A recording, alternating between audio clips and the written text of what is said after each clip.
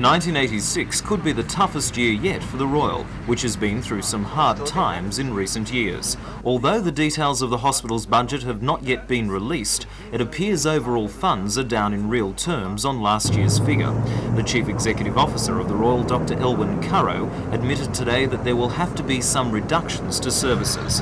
However, the Health Department may not approve the cuts because it has ordered all hospitals to maintain present services despite the lack of money. That leaves the Royal in a no-win situation. Nurses believe that 26 beds at Rankin Park Hospital will be lost. The beds were closed in April to allow maintenance on an elevator, and it now seems likely that they will remain closed. Nurses at the hospital are incensed. Well, I think we'll have to have urgent meetings and work through our Nurses Association to take some strong action at government level. Are you concerned by the degradation of the hospital system at the moment? I'm very concerned. It seems to be going down rapidly, and it's a great concern that the electorate doesn't seem to be aware of what's happening with so many budgetary constraints and cuts around the place at present. The story is much the same at all the other public hospitals in the region. While no one was available for comment at the Martyr today, Wallsend, the Western Suburbs and Maitland hospitals have all received what they describe as very tight budgets. Despite that, the hospitals have also been told by the Health Department that they are not allowed to cut services. However, the Chief Executive Officer of Maitland Hospital, Ron Pickett, told me today that while the hospital has been told to live within its budget, within a few months that may not be possible.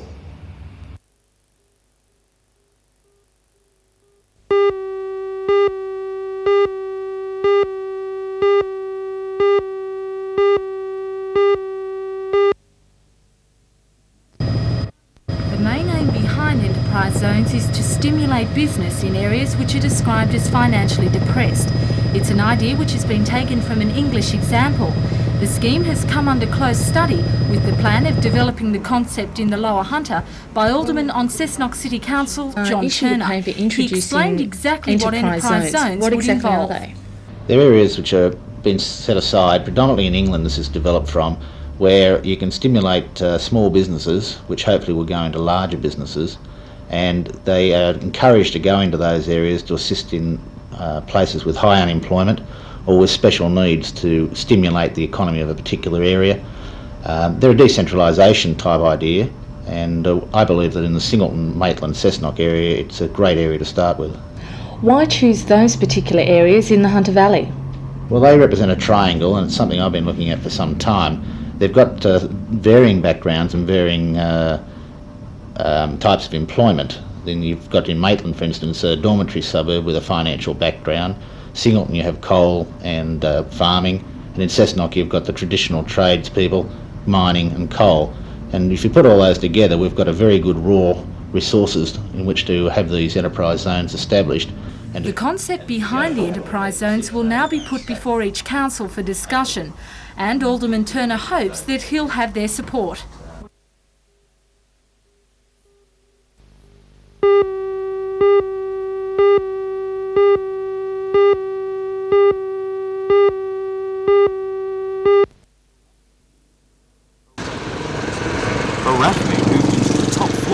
House at Hunter Hospital last week, a large step forward for the fortunes of the organisation. ARAFME stands for the Association of Relatives and Friends of the Mentally and Emotionally Ill, and the new premises allows it to provide respite care for families for the first time. Having a mentally ill person in a family can put great strains on the relatives, but here they find advice and moral support, accommodation when visiting the sick, or a refuge from the worries of caring for a mentally ill relative. The Director of Clinical Services at Hunter Hospital, Dr Len Lambert, was instrumental in providing the accommodation. ARAFME Coordinator Jean Eldridge says the facility was greatly needed. I think there's a great need for this one because we can provide educational programs, we can support families who are in the service of who have been rehabilitated and come back into society, and also to have educational programs for families or volunteers to go out and help families in the community who have got mental illness in the family. As well as that, we can provide respite care for families in time of need to have a break from the caring situation, which is 24 hours a day.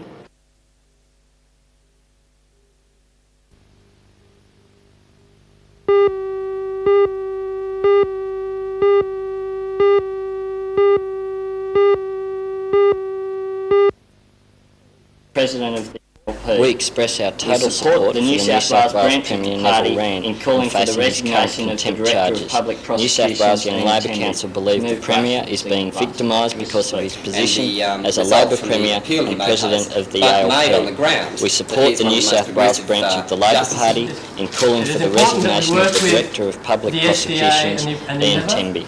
Over 20 members of the Council's executive, along with local observers, unanimously supported the motion. The meeting also expressed concern over the rising unemployment rate in the Hunter area. We've again today taken initiative about youth policy and calling upon the Priority 1 program to be concerned with youth unemployment, particularly in the regional areas, which is something which has been neglected.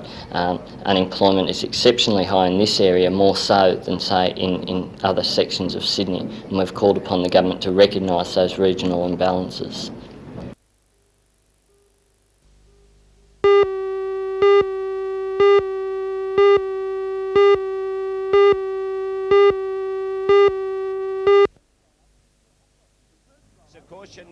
The first rollover was in the hot rod division when Tony Scott was catapulted into the air after clipping a wheel in the improvers race. That'll give score, and Scott is up and over.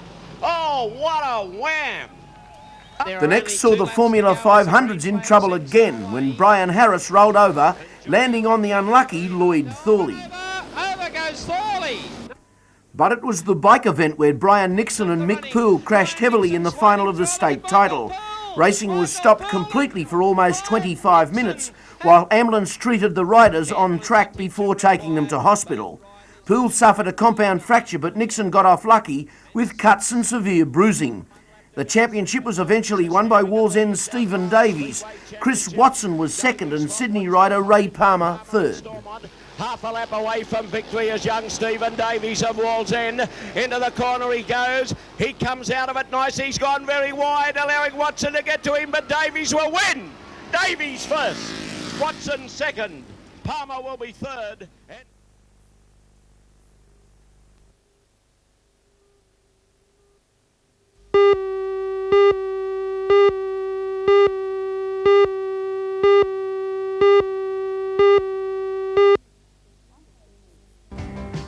I'm Helen Hughes. One of Newcastle's longest-serving Lord Mayors died on Saturday after almost 30 years in local government. Frank Perdue will be remembered for his outstanding contribution to the city and for his work in establishing Newcastle University. Join Ray Deneen and Anna Manzoni for all the news tonight at 6.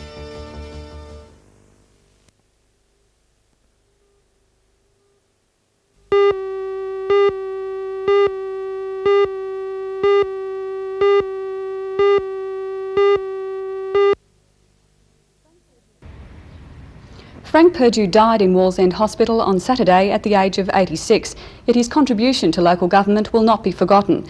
His portrait hangs in the city's council chambers, a permanent reminder of almost 30 years of service and 10 years as Newcastle's Lord Mayor.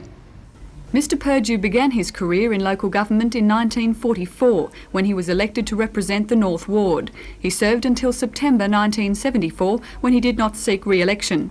During that 30-year period, he was Lord Mayor for 3 separate terms of office, as former Alderman Vic Bell recalls. Well, my memories of Frank Perdue is as a leader, one who could unite, one who held the total respect of the community, and one of his greatest attributes was his human approach to people and his ability to be able to unite groups of people who probably had different views, but he could get them onto a level where they could discuss those difference of views and come to some agreement. How would you describe his character?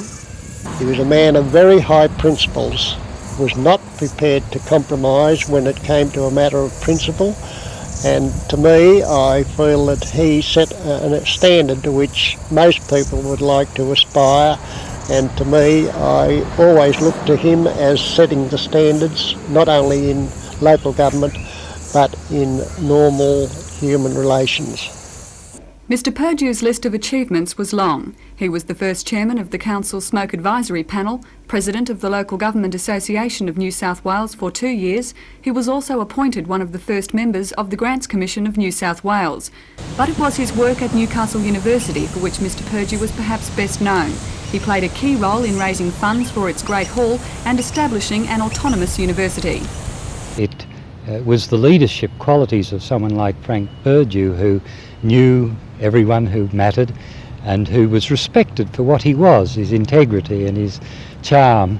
I think he must have played a very key role in persuading ultimately us to get our own charter and float free.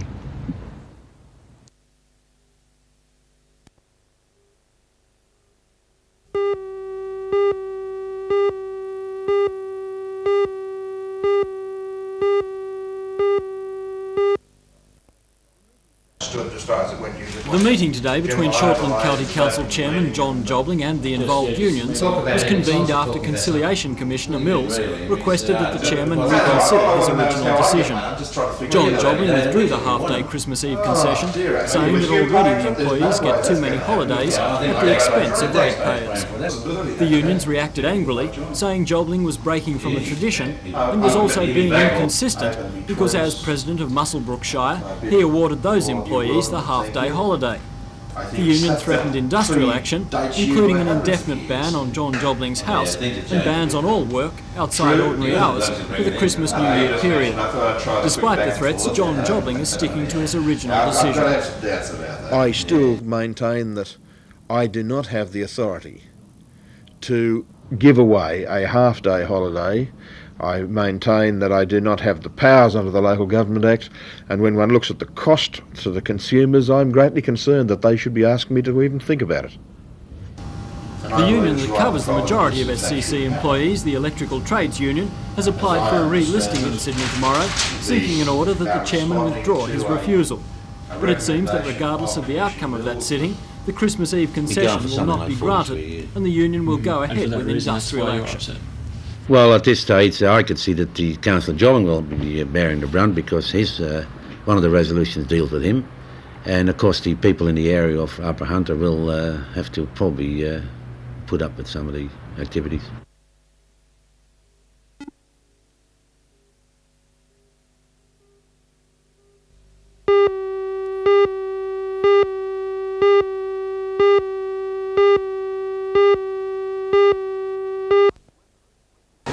Fine weather and plenty of extra shopping hours have attracted large numbers of shoppers this Christmas, making it a good one for most stores. Local shops reported steady if not spectacular numbers of shoppers last night. Among those doing the biggest business were the small gift shops. Plenty of people it seems still needing cards and paper or else looking for that difficult present they had forgotten. Some store owners say that while there are more customers this year, they are each spending less. Nevertheless, the Retail Traders Association still expects new sales records to be set this month. Shops will, of course, be closed on Christmas Day and Boxing Day. Normal trading resumes on Friday, with shops closed again on New Year's Day to give store workers a chance to enjoy the celebrations.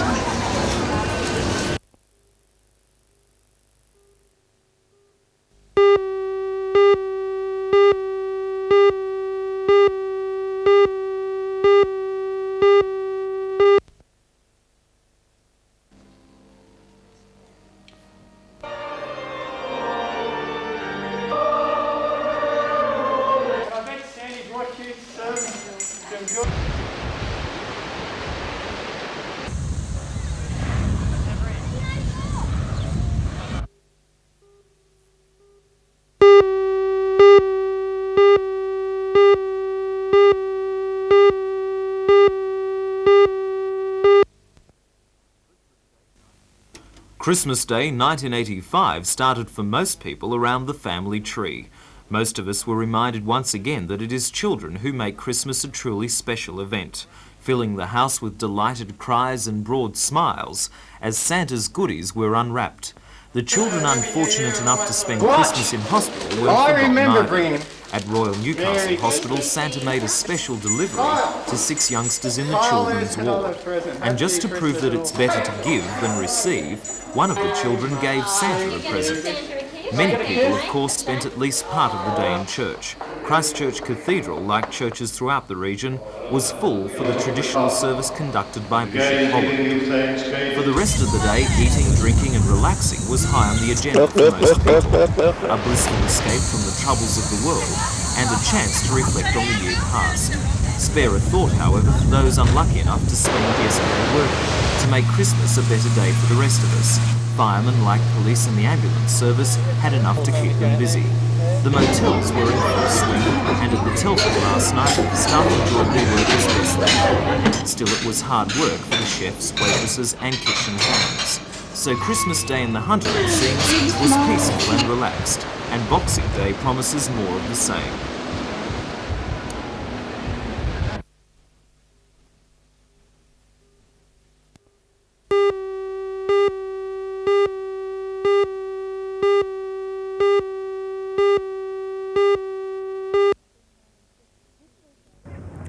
This week has been one of festive cheer for those throughout our town, and in our evening news tonight you'll see families gathered round who celebrated Boxing Day relaxing with each other, just spending time sitting back in thought of one another.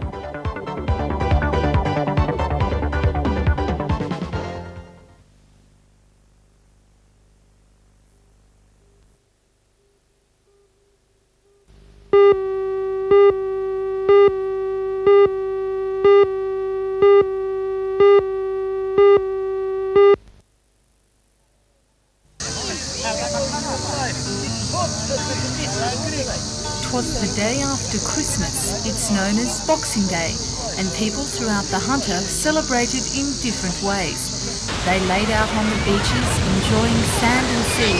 Some recovered from the day before, overwhelmed with mirth and glee.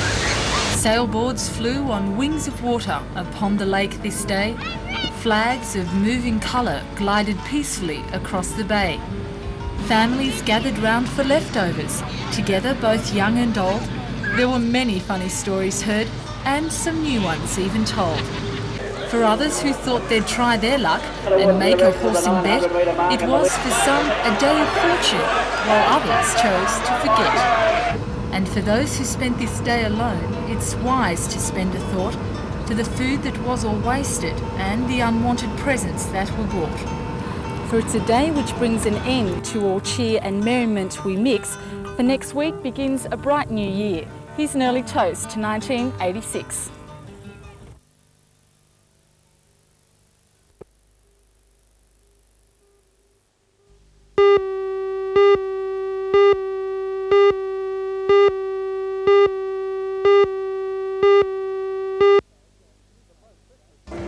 The post-Christmas sales were on in Newcastle today, and a record number of Novocastrians stormed the shops to do battle for any sorts of bargains they could lay their hands on. All over town it was hustle and bustle, and in some shops it was more like a football match than shopping.